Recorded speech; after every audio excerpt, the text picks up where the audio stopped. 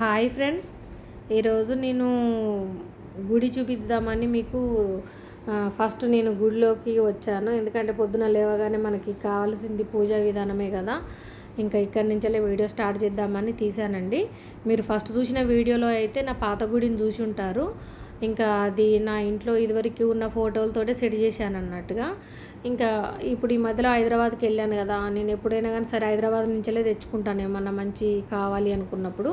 ఇంకా దీని మెజర్మెంట్లు అన్నీ గుడి తీసుకెళ్ళి వాళ్ళకి ఇస్తే మంచిగా మనకి ఎలాంటి ఫొటోస్ కావాలో అవన్నీ సెలెక్షన్ చేసి చెప్పానండి.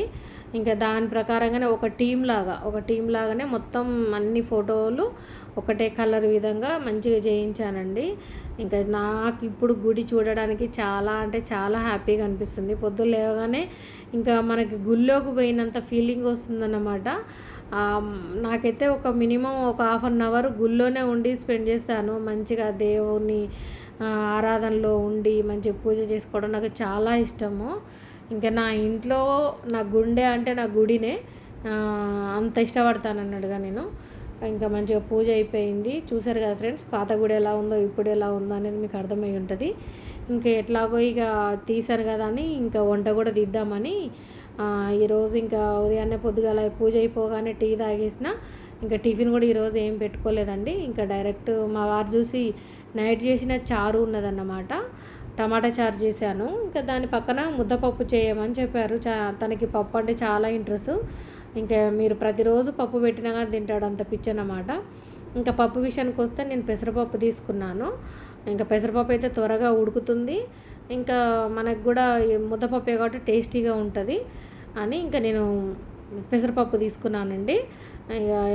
ఎక్కువైతే నేను పప్పుకి ఏమీ ఎక్కువ యూజ్ చేయను. నాకు ఎక్కువ పెసరపప్పుని ఏమైనా కానీ స్వీట్స్ చేసినప్పుడు లేదంటే పెసరట్టు చేసినప్పుడు మనకి యూజ్ అవుతుందని తెచ్చుకుంటాను. కానీ చాలా వరకు అయితే నేను కందిపప్పునే యూజ్ చేస్తాను.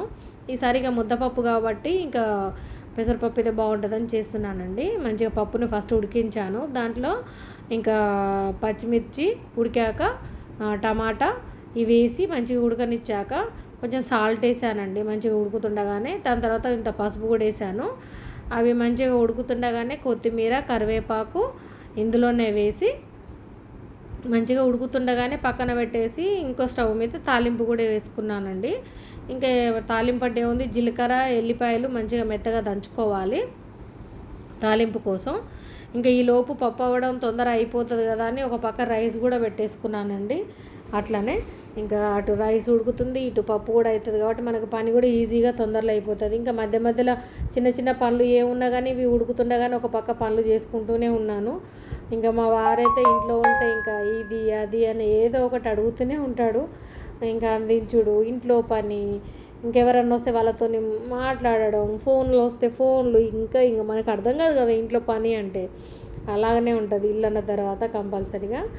ఇంకా రైస్ పెట్టేసుకొని పోపుకి వచ్చేస్తే జీలకర్ర ఎల్లిపాయలు మంచిగా మెత్తగా దంచేసుకొని ఫస్ట్ నేను ఆయిల్ పోసాక దాంట్లో జీలకర్ర ఎల్లిగడ్డ వేసానండి.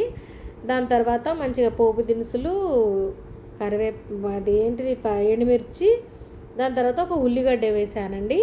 ఆ ఉల్లిగడ్డ మంచిగా ఉడుకున్నప్పుడే ఇంకెంత కరివేపాకు కూడా వేసి ఆ పప్పును అనేది అందులో వేసేసుకున్నాను. ఇంకా నైట్ చేసిన చారు ఉంది కాబట్టి మనకి చారు అంటే ఇంకా టమాటా చారు మనకి ఎందులో ఉన్నా కానీ ఇంకా పక్కన చికెన్ ఫ్రై కావచ్చు, ముద్దపప్పే కావచ్చు, ఎందులోనైనా కానీ ఎవరి గ్రీన్ అంటారు కదా చారుని, అంత బాగుంటుంది మనకి టేస్టీగా. మనం ఎన్నిసార్లు తిన్నా కానీ అసలు బోరు కొట్టదు అన్నట్టుగా చాలా బాగుందండి. ఆ రోజు వంట కూడా మంచిగా, మా వారు కూడా మంచిగా పుష్టిగా భోంచేశాడు. నిజానికి ఆయనకి పప్పు అంటే అంత ఇష్టం కాబట్టి.